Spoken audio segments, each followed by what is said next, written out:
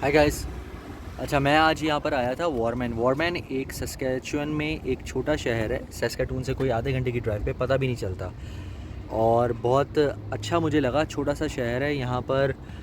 मैं बेसिकली आया था, यहाँ पर एक काइंड ऑफ मेला लगा हुआ है जहाँ पे राइड्स वगैरह थी बच्चों के लिए, तो वही फैमिली को लेकर आया हुआ था मैं।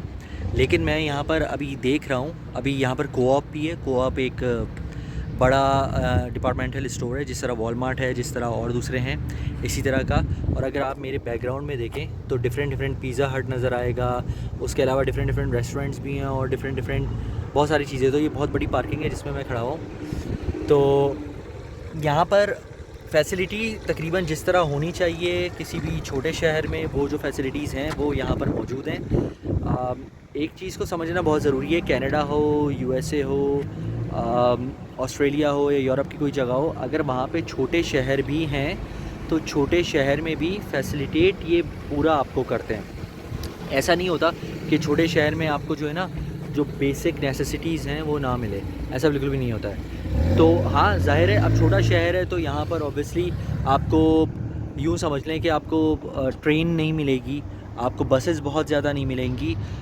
होंगी, क्योंकि वॉरमैन तो फिर भी थोड़ा सा बड़ा है, लेकिन कुछ ऐसे शहर हैं यहाँ पर सस्कैचुअन में, आप नॉर्थ अगर आप चले जाएँ तो वहाँ पे बसेस वगैरह नहीं, वहाँ पे टैक्सी का निज़ाम है कि अगर आपको छोटे शहर से किसी बड़े शहर में जाना है, कोई चीज़ लेनी है, कुछ लेना है, तो टैक्सी वगैरह का इंतज़ाम है। लेकिन उधर उधर ऐसा नहीं है कि वहाँ पर जो है ट्रेन्स चल रही होंगी। ऑफ़ कोर्स इट डिपेंड्स कि अगर कुछ हज़ार की आबादी है या 1 लाख की भी आबादी है, उसके लिए ट्रेन बनाकर क्या करेंगे, एक्सपेंसेस होते हैं, तो वो फिर बेयर करने पड़ते हैं।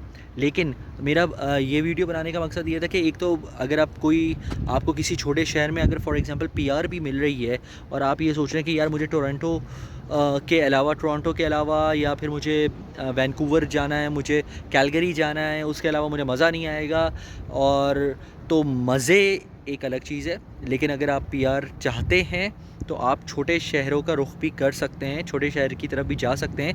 वहाँ पर भी जॉब्स मिल जाती हैं, छोटी जॉब्स मिलती हैं ऑब्वियसली। अब जैसे अगर मेरे पीछे जो रेस्टोरेंट्स वगैरह हैं, तो इधर लोग एम्प्लॉयज़ तो काम कर रहे होंगे ना, तो जो एम्प्लॉयज़ यहाँ पर काम कर रहे होंगे उनके लिए वो ऑफ़ कोर्स ये जगह काफ़ी बेहतर है। यहाँ के ऑब्वियसली रेंट भी जो होंगे, मुझे आइडिया नहीं है अभी, लेकिन जो रेंट भी होंगे वो जो बड़े सिटीज़ होते हैं उससे कम होते हैं। इसी तरह जो बेसिकली पूरा स्ट्रक्चर जो इनकी इकॉनमी का जो बना हुआ होता है इन जगहों का, स्पेशली अगर स्पेसिफिकली अगर हम कनाडा की बात करें, इवन ऑस्ट्रेलिया का भी, यूएसए का भी, यूरोप का भी, वो अगर महंगाई आपको लगती है तो, लेकिन वो ऐसी नहीं होती कि आप उसमें बिल्कुल रह ही नहीं सके। अगर आप फॉर एग्ज़ाम्पल 40 आवर्स आप जॉब कर रहे हैं या अगर उससे ज़्यादा भी आपको चांस मिल रहा है, लेकिन अगर चलें फुल टाइम आप 40 आवर्स जॉब कर रहे हैं, तो आप आराम से रह सकते हैं, ब्रेक इवन पर ही रह सकते हैं, लेकिन रह सकते हैं। आप रेंट दे सकते हैं, आप गाड़ी का फ्यूल, गाड़ी अफोर्ड कर सकते हैं, आपने घूमना फिरना हो वो सारी चीज़ें आप कर सकते हैं, स्पेशली अगर आप पीआर पर हैं। स्टूडेंट्स के लिए थोड़ा सा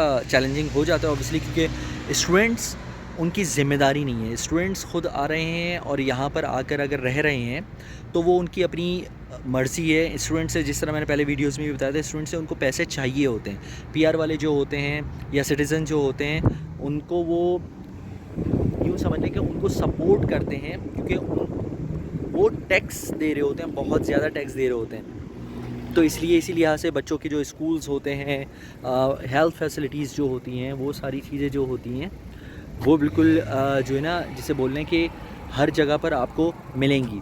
ज़ाहिर है अब टोरंटो की अगर बात करेंगे या किसी और शहर की बात करेंगे तो वहाँ पे जो हेल्थ फैसिलिटीज़ होंगी वो डिफरेंट लेवल की होंगी। फिर वहाँ पे लेकिन एक्सपेंसेस भी डिफरेंट लेवल के हैं और चीज़ें एक्सपेंसिव भी बहुत ज़्यादा होती हैं। व्हेन इट कम्स टू ये छोटे जो शहर हैं, चीज़ें कम एक्सपेंसिव होंगी, फैसिलिटीज़ भी थोड़ी कम होंगी, लेकिन होंगी पूरी, जो एसेट के बेसिक जो नीड्स होती हैं। तो अगर कोई चाहता है कि इन शहरों में रहे, उसको पीआर मिले, आप अगर और भी दूसरे व्लॉगर्स को देखेंगे, अगर आप सुनेंगे या इमिग्रेशन वालों को भी देखेंगे, तो ये जो छोटे छोटे शहर हैं ये काफ़ी अपॉर्चुनिटीज़ देते हैं। सस्कैचुअन में अक्सर लोग जो है अवॉइड करते हैं, लेकिन सस्कैचुअन में अब बहुत ज़्यादा लोग आ भी रहे हैं। सैस्काटून में स्पेशली मैंने बहुत ज़्यादा देखेंगे इमिग्रेंट्स बहुत ज़्यादा आ रहे हैं, और उसकी एक जो सबसे बड़ी वजह जो है वो ये है कि सस्कैचुअन क्योंकि ठंडा है तो बहुत से लोग मूव हो जाते हैं यहाँ पर। उस लेवल की फ़ैसिलिटीज़ नहीं है जो कि बड़े शहरों में होती हैं। फ़ैसिलिटीज़, मैंने सिर्फ फ़ैसिलिटीज़, मैं ज़्यादातर एंटरटेनमेंट चीज़ों की बात कर रहा हूँ, मैं उसकी बिल्कुल भी बात नहीं कर रहा कि आपको हेल्थ फैसिलिटी नहीं है या रोड्स नहीं है या इस तरह नहीं। मेरा कहने का मकसद ये है कि एंटरटेनमेंट का जो लेवल होता है वो नहीं होता। यानी कि यहाँ पर आपको ज़ू बहुत बड़े-बड़े नहीं मिलेंगे, यहाँ पर आपको ट्रेन की फैसिलिटी नहीं मिलेगी, यहाँ पर घूमने फिरने की जगहें लिमिटेड हैं। अगर देसी रेस्टोरेंट्स की अगर बात करें, पाकिस्तानी इंडियन रेस्टोरेंट्स की बात करें, तो वो आपको कम मिलेंगे। हलाल फूड अगर आपको चाहिए वो थोड़े से ऑप्शंस कम होते हैं, लेकिन इसका ये मतलब कि नहीं होते। इसी सेम गोज़ विद ये जो छोटे जो शहर हैं, इनका भी ऐसा ही है।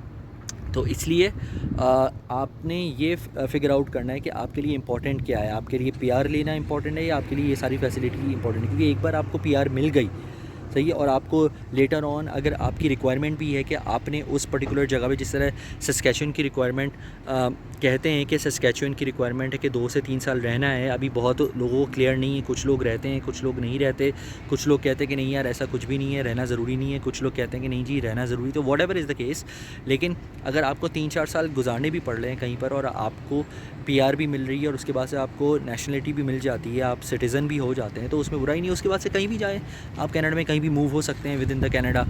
सेम गोज़ इसी तरह आपने रीजनल इमिग्रेशन का बहुत ज़्यादा सुना होगा, चाहे वो ऑस्ट्रेलिया हो चाहे वो कनाडा हो, और रीजनल में यही आता है।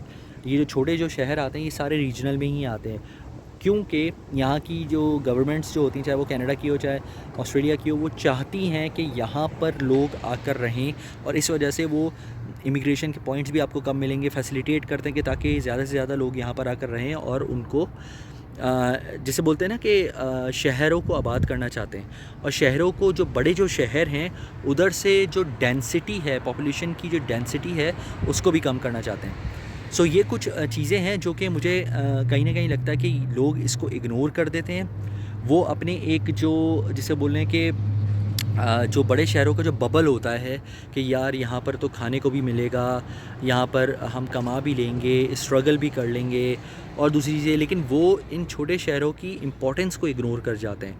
एंड मुझे कहीं ना कहीं ये लगता है कि ये इम्पोर्टेंस को इग्नोर बिल्कुल भी नहीं करना चाहिए, और कोशिश ये करनी चाहिए कि पहले तो पीआर लें, कोई ऐसा पाथवे लें। और स्टूडेंट्स ऐसा करते भी, यहाँ पे बहुत से लोग जो कनाडा में मौजूद हैं वो ऐसे ही करते हैं।